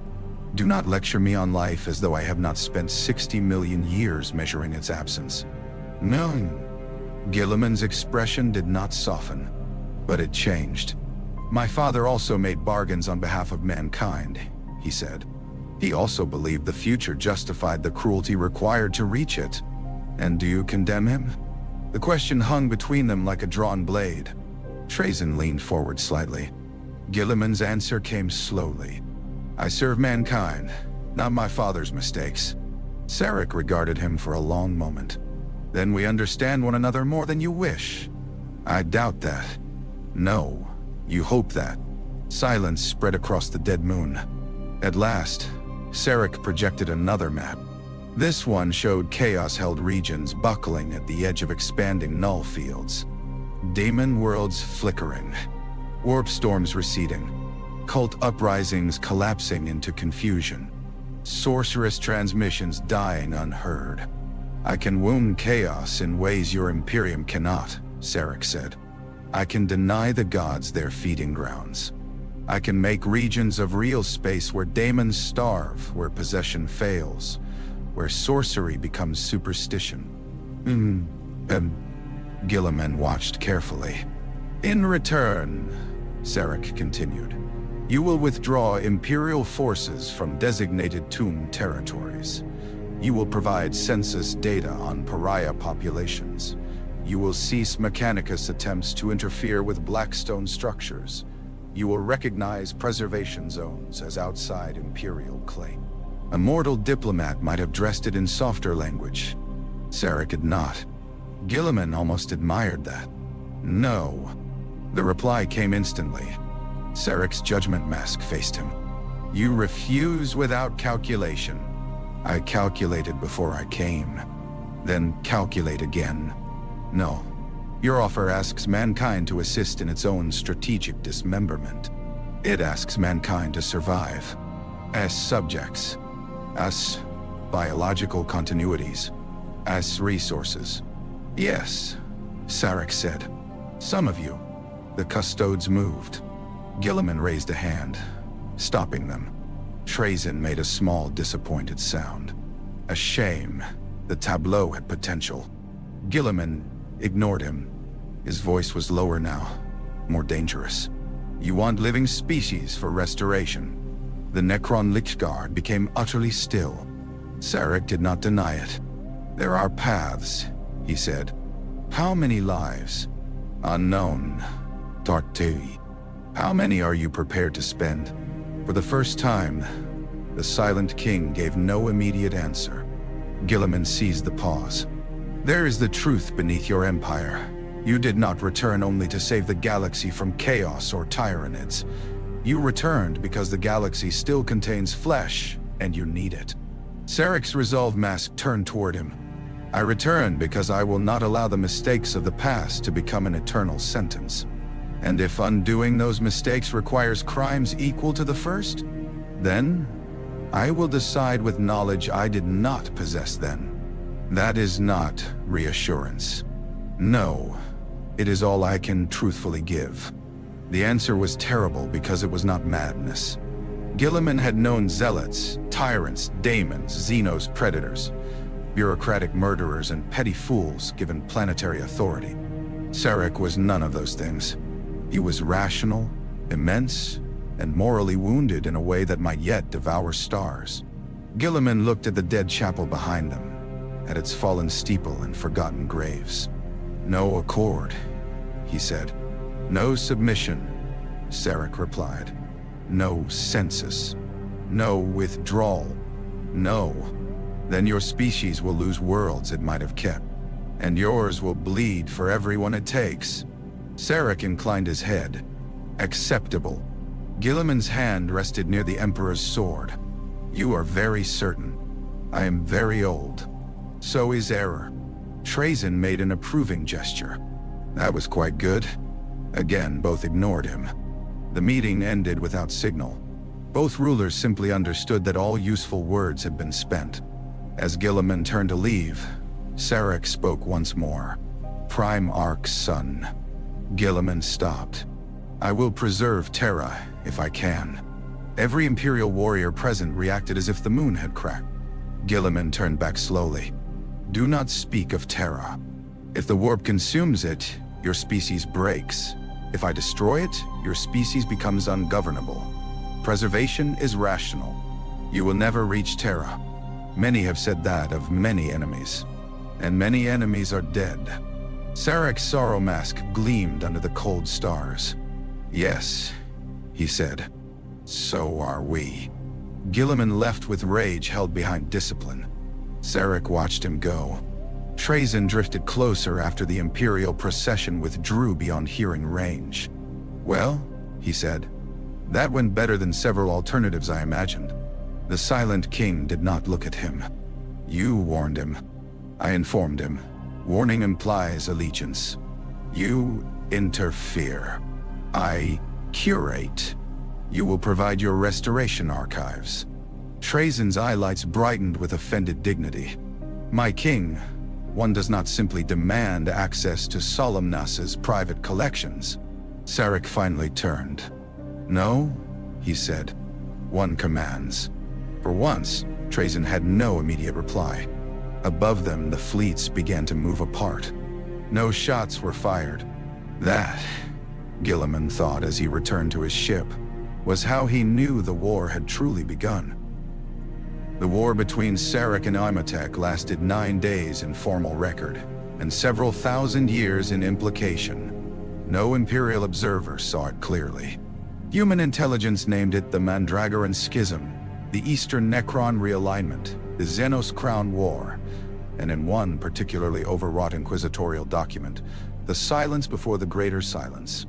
None of these names captured the nature of the conflict, because mankind persisted in imagining war as territory seized, bodies counted, and banners raised over ruins. The Necrons knew older forms. Szarekh did not invade Mandragora. He removed everything around it that allowed Mandragora to matter. On the first day, Loyalist fleets translated into systems that supplied phase crystal refinements to Szarekh shipyards. They did not destroy the refineries. They replaced the governing command glyphs with triarchal authority and offered the local overlords an exquisite choice: continue production under Imperial unity, or be declared legally severed from future restoration access. Not one chose severance. On the second day, cryptechs loyal to Szarekh released counter-protocols into bordered dolmen gates. Szarekh forces could still travel, but every route took longer, cost more energy, and exposed destination predictions to the Crown Necropolis. On the third day, 3 minor dynasties under Szarekh influence received public honors from the Silent King, including recognition of ancient titles Imotekh had ignored. Their loyalty shifted before their armies moved. On the fourth day, Imotekh struck. Storms erupted in 7 systems. Not natural storms, not atmospheric weapons, but strategic weather imposed upon real space. Szarekh fleets appeared where Sarekh's calculations had allowed only a 6% probability of arrival, their commanders exploiting local chronometric noise seeded months before. Loyalist monoliths shattered. A triarchal envoy was captured, disassembled, repaired, and returned with a message carved microscopically inside his own rib structure. The message read, "You are not the only one who remembers law." Szarekh had Hekatekh preserve it. On the 5th day, the Silent King answered by offering Imotech's most ambitious subordinate command of a unified reclamation front. The subordinate appeared to consider betrayal for exactly 17 minutes before Imotekh had his mind partitioned into 3 arguing fragments and installed each into a different advisory engine. On the 6th day, Szarekh activated old oaths embedded within Szarekh tomb complexes, predating Imotech's reign. Entire cohorts paused mid-deployment as conflicting legitimacy structures collided. Imotekh responded by personally entering the command lattice, enduring feedback that would have annihilated lesser nobles, and burning his own authority through the contradiction like lightning through wire. On the 7th day, the Stormlord won a battle so perfectly that even loyalist cryptechs admired the geometry of it. He lured a Saracen spear fleet into a false retreat near the dead star Orphon Tertius, then collapsed the star's remnant magnetosphere around them, trapping them long enough for Szarekh doom engines to cut apart 3 capital ships. On the 8th day, Szarekh revealed that the fleet had carried no essential command assets. Its loss gave him legal justification to classify Imotech's resistance as active destabilization during a galactic existential crisis. Dynasties previously hesitant now accepted emergency unity protocols. The Stormlord had won the field and lost the court. On the 9th day, Szarekh arrived at Mandragora, not with an armada, with 1 ship. It translated above the Szarekh crown world and moved through every defense field without firing. Not because the fields failed, but because they recognized authority older than Imotech's modifications. Mandragora's guns tracked it. Some fired. The shots bent away. Imotekh watched from his throne. Khazar demanded permission to unleash the full orbital grid. "No," Imotekh said. "My lord. He wants me to exhaust every claim by proving fear." The Silent King's vessel descended through storm clouds and came to rest above the capital necropolis. Its shadow fell across the palace like a verdict. A transmission arrived. No demand. No threat. Invitation. Imotekh laughed. Those who heard it later denied unease. He accepted. The meeting chamber chosen had once belonged to the phaerons who ruled Mandragora before Imotekh corrected history. It was circular, high-ceilinged and lined with dead banners whose dynastic colors had been dimmed by time. Imotekh entered with Khazar, Aramok, and 12 Lichguard. Szarekh waited alone except for 2 triarchal Praetorians. No one knelt. For a moment, the 2 greatest Necron rulers in the Awaken galaxy regarded one another without mask of courtesy. Szarekh spoke first. "You fought well. I fought incompletely. Yes.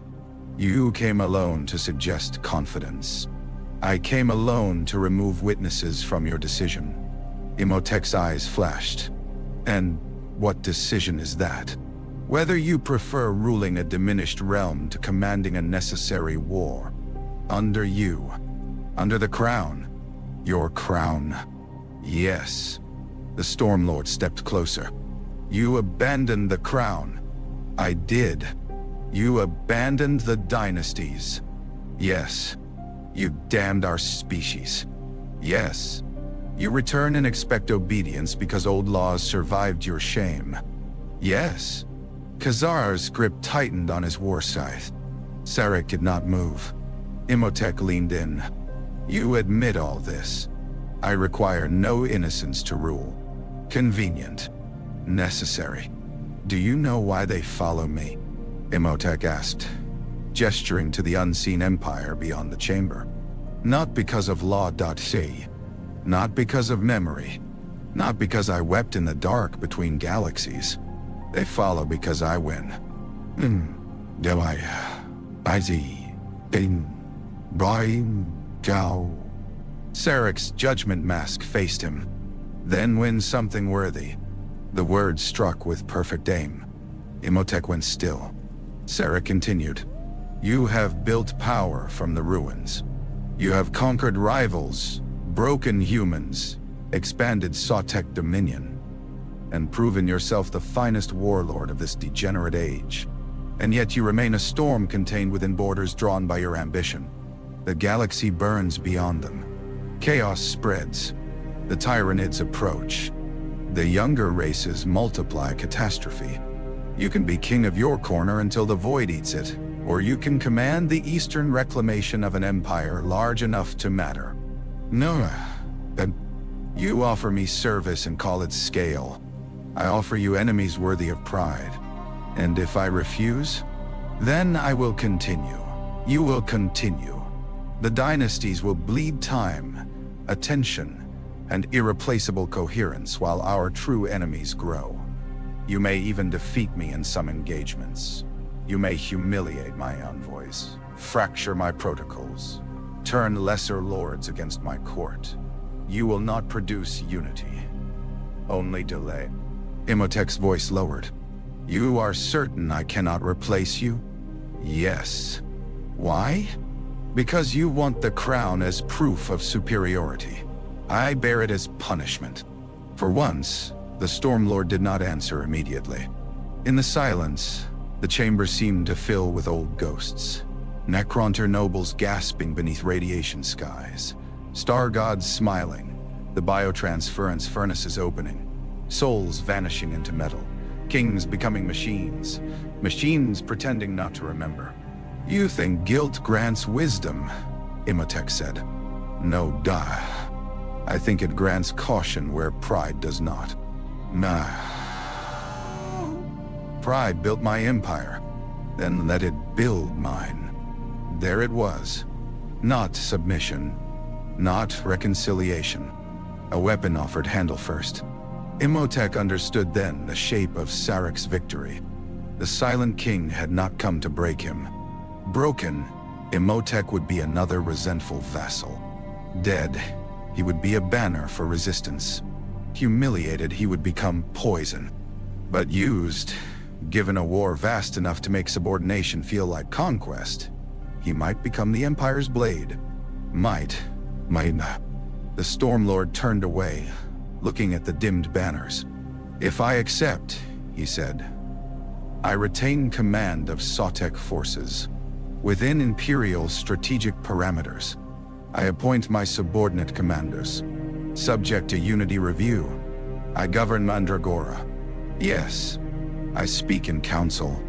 Yes, I kneel to no lesser lord. No lesser lord will command you. Imotekh turned back. And to you. The chamber held. Sarekh's resolve mask gleamed. You will obey. Khazar moved before thought. His war scythe rose. Imotekh lifted one hand, stopping him. The Stormlord and the Silent King stared at one another, and every future around them narrowed. Then, Imotekh lowered his head, not to the floor, not in supplication, not enough for any court poet to call it reverence, but enough, a bow measured in millimeters, a compromise sharp enough to cut both rulers. I will command your Eastern War, Imotekh said. I will break the enemies you assign. I will preserve the Hekatekh. I will obey while obedience serves victory. Szarekh accepted the insult hidden inside the oath because it was honest. Then rise, Stormlord. I did not kneel. No, Szarekh said. You did not. The first united command of the Awakened Necron Empire was transmitted before the day ended. Imotekh the Stormlord, phaeron of the Hekatekh, was named War Master of the Eastern Reclamation. His mandate? Secure tomb territories, suppress Imperial resistance, interdict chaos advances, and prepare anti-Tyranid defense corridors under triarchal authority. Across the dynasties, reactions varied. Some loyalists were horrified. Some rivals were relieved. Some minor lords understood that if Imotekh could be bound, they had no excuse left. In solemnness, Trazyn updated 3 exhibit labels. Aboard the Macragge's honor, Guilliman received the news and closed his eyes for one long second. In the eye of terror, Daemons laughed until they realized the laughter sounded thinner near the growing silence.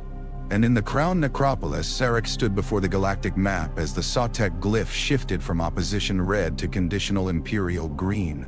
Hekatekh approached. Unity threshold achieved. "No," Szarekh said. The chronomancer paused. The Silent King looked beyond Mandragora, beyond imperial worlds, beyond the rift, toward the dark outside the galaxy where hunger moved between stars. "Now we begin." Unity did not arrive as peace. It arrived as scheduling. Across the Awaken tomb worlds, command hierarchies rewrote themselves with the merciless grace of a blade sliding into a sheath. Dynasties retained titles, banners, court rituals, grudges, and the 1,000 vanities by which dead nobles convinced themselves they remained individuals rather than decorative algorithms in ancient bodies. Yet above them all, now hung the triarchal command. Every campaign required classification. Every resource had priority. Every tomb complex was audited for structural integrity, engram degradation, military readiness, flayed contamination, destroyer influence, TAN containment status, and restoration-relevant archives. Many lords found this intolerable. Most found non-compliance worse. The Empire woke faster. On worlds where tomb systems had failed, Canoptech swarms descended like metallic locusts and rebuilt eternity from rust. They cleared collapsed corridors, repaired stasis vaults, reassembled warriors whose bodies had been crushed under geological ages, and extracted nobles from sarcophagi filled with corrupted dream static. Some awoke screaming in machine code. Some awoke convinced the war in heaven still raged. Some awoke believing they had flesh, families, fevers, debts, lovers, rivals, children. The cryptech sorted them. Functional, damaged, recoverable, unrecoverable but useful, flayed, destroyer compromised. Every category had a destination. Szarekh reviewed more than any subordinate thought necessary. He read reports from tombs too minor to matter strategically, from dynasties whose names had eroded into 3 possible translations, from worlds where only a handful of nobles remained sane enough to understand the Empire had returned. It slowed decision cycles by negligible amounts and irritated his advisors by measurable ones. He continued. Hekatekh eventually asked why. They stood in the central war chamber, where the United Map now burned with more green than red. Imotech's eastern campaigns moved in disciplined arcs. Mefrit's star killers redeployed toward Tyranid approach vectors. Neolach preservation fleets secured artifact worlds with predictable self-importance. Novokh legions were directed toward theaters, where their enthusiasm for close slaughter would cause the least administrative harm. Trazyn's markers appeared in places he had not been assigned and vanished when questioned. Why review minor tomb recoveries personally? Hekatekh asked. Delegation would improve efficiency. Szarekh could not look away from the report before him. It concerned a tomb moon whose awakening had yielded 7,000 warriors, 2 damaged nobles, no fleet capacity, and 1 archive of pre-biotransference poetry. Because one of them may remember something we have forgotten. Strategic relevance minimal. Restoration relevance unknown. The chronomancer considered this. You seek poetry now? I seek evidence that we were more than war. Hekatekh had no reply that would not sound cruel. The Silent King marked the poetry archive for preservation. Elsewhere, the galaxy reacted. The Imperium did what it always did when confronted by impossibility. It declared several mutually contradictory certainties and ordered men to die while the argument continued. Segmentum commands demanded reinforcements they could not receive. Cardinals proclaimed crusades into regions where astropaths could no longer sing. Forge Worlds petitioned to study Blackstone while also calling for its destruction. Governors swore loyalty to Terra, then quietly negotiated evacuation corridors when Necron fleets appeared above their skies. Some Imperial commanders fought to the last. Some surrendered to preserve civilian populations. Some attempted both and achieved neither. Guilliman moved like a man trying to hold water in a broken fist. He could not defend everywhere. He knew it, hated it, and refused to waste lives pretending otherwise. He prioritized worlds by strategic necessity rather than devotional volume, earning accusations of coldness from priests who had never watched a sector die because fuel shipments arrived 3 days late. He ordered Blackstone research under strict guard. He secured pariah populations where he could. He forbade exterminatus against worlds merely because Necrons had taken them, unless denial served a concrete military purpose. This, too, earned hatred. Hatred did not disturb him. The ledger did. For every world saved, 3 flickered into isolation. For every Necron advance slowed, another occurred through a route Imperial maps had never known existed. For every Chaos incursion weakened by the Pariah lattice, an Imperial command chain reliant on astropathic coordination faltered in the same silence. It was the strategic cruelty of the Necron plan that most angered him, not its violence. The Imperium understood violence intimately. Its cruelty lay in making certain Necron victories useful to mankind in the immediate term. A demon world near the Nachmund Wand went silent after Blackstone pylons rose across its moons. An entire plague fleet decayed into inert matter at the edge of a null zone. A sorcerer king who had tormented Imperial space for 9 centuries was found dead upon his throne, his patron unable to reach him.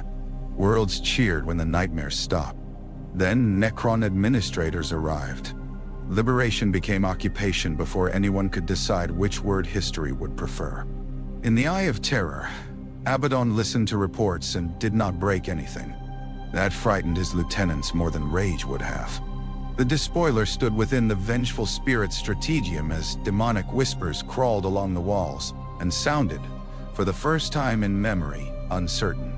Around him gathered warlords, sorcerers, dark apostles, daemon-bound champions, and envoys from legions whose hatred for one another was exceeded only by their hatred for the corpse worshippers of Terra.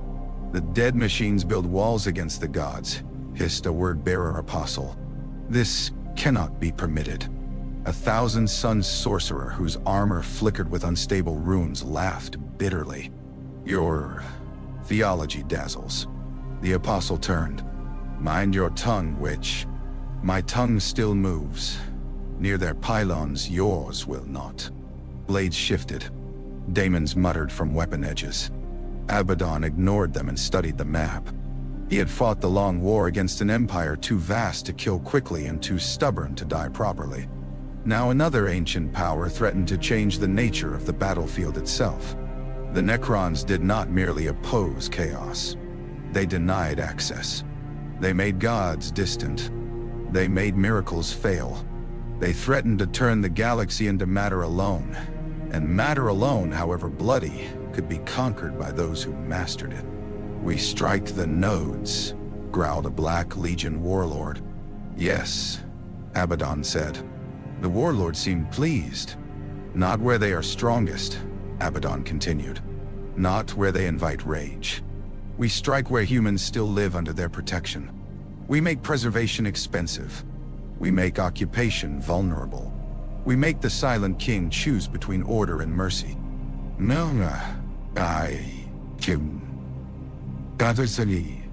The apostle smiled. Mercy? Abaddon's eyes remained on the green map. Whatever he calls it. In the webway, the Eldari watched skeins tighten. Eldrad Ulthran stood beneath a dome of wraithbone that sang with the pain of possible futures. Around him gathered seers from craft worlds that distrusted one another. Harlequin envoys who spoke in riddles sharp enough to wound, and Ynnari whose presence made the older seers uneasy. They all saw the same shape, though they named it differently. A galaxy saved from chaos by becoming a tomb. The Silent King must be stopped, said a Bealtan Audarch. He must be delayed, Eldrad corrected. Stopped is clearer. Clarity often kills those who mistake it for truth. The Audarch's hand tightened on his blade. You would bargain with the ancient enemy? I would prevent the future in which our souls have no sky left to flee through. A harlequin laughed softly. The old dead king builds a cage for hungry gods, and all the little birds debate whether cages are better than teeth. No one enjoyed how accurate that sounded. The orcs, predictably, were delighted. Word spread through greenskin empires that the shiny skeletons were waking up everywhere and bringing proper big guns. Wogs changed direction mid-rampage. War bosses declared themselves destined to crump the silent king without knowing who he was. Mech boys became fascinated by captured Gauss weapons, usually for the brief interval before disassembling themselves by accident.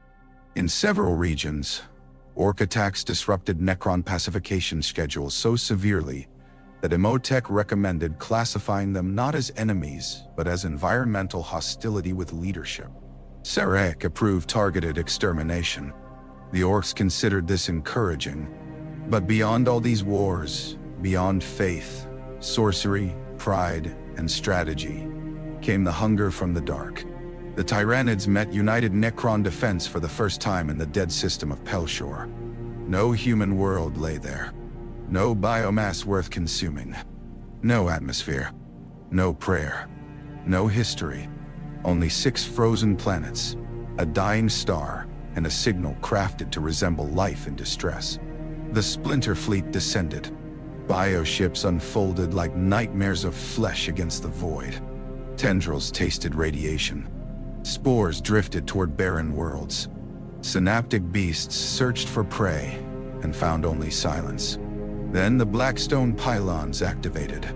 Across the system, hidden structures rose from moons and asteroids, each one carved with glyphs older than Hunger's arrival in the galaxy. Their fields did not touch the warp as the Pariah Nexus did. They struck at coordination, at resonance, at the strange real space harmonics by which the swarms will move through flesh. The hive fleet shuddered. Lesser organisms convulsed in their birthing sacs. Larger ships lost formation. Mephrit engines fired. A gas giant ignited.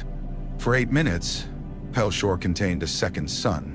When the light faded, the hive fleet was ash, vapor, and drifting fragments of cooked chitin. Necron losses, negligible. Strategic conclusion, viable. Szarekh watched the report 3 times. Not in triumph, in urgency. Scale production, he ordered. Hekatekh bowed. Resource conflicts with Pariah expansion. Recalculate. Already done. There is no path that maximizes anti-chaos suppression. Tyranid denial, Imperial pacification, dynastic integration, and restoration research simultaneously. Then we choose priority? The Silent King looked across the map. Chaos could be starved. The Imperium could be contained. The Eldari could be frustrated. The orcs could be culled. Imotekh could be used. Trazyn could be bargained with, threatened or robbed in careful sequence. But the Tyranids were final in a way the others were not. Chaos corrupted life. The Imperium squandered it. The Eldari manipulated it. The orcs multiplied it absurdly. The Tyranids ended it. Biological preservation, as Szarekh said. Deny the Tyranids first where loss would be irreversible. Hekatekh's veins flickered. Some dynasties will object to prioritizing living populations over tomb territory.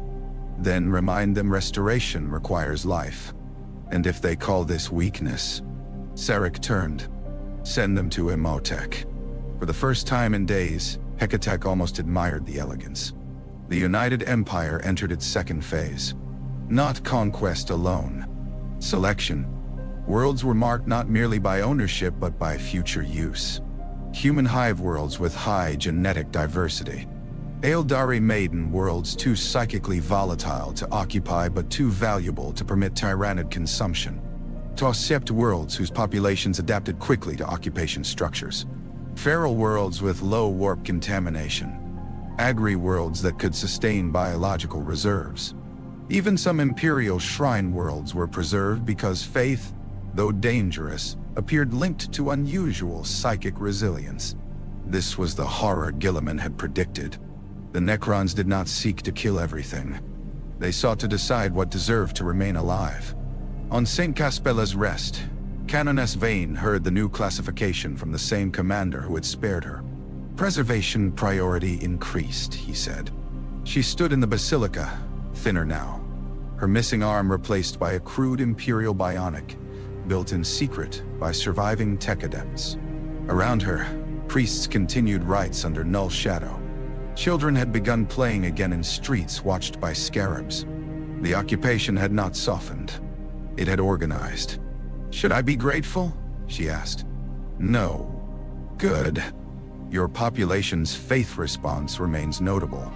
Our faith is not yours to use. Everything that persists can be used." She hated him for that because she could not prove him wrong. Above the world, Necron pylons adjusted. Far beyond them, a Tyranid tendril changed course, drawn toward richer prey elsewhere, away from the preserved shrine world. Millions lived because a dead king had classified them useful. Vane prayed for deliverance and received survival instead. In the Crown Necropolis, the first council of the United War assembled. Szarekh stood at the center. Imotekh occupied the eastern dais, neither subordinate in bearing nor equal in law. Trazyn attended through a projection that everyone assumed was lying about his actual location.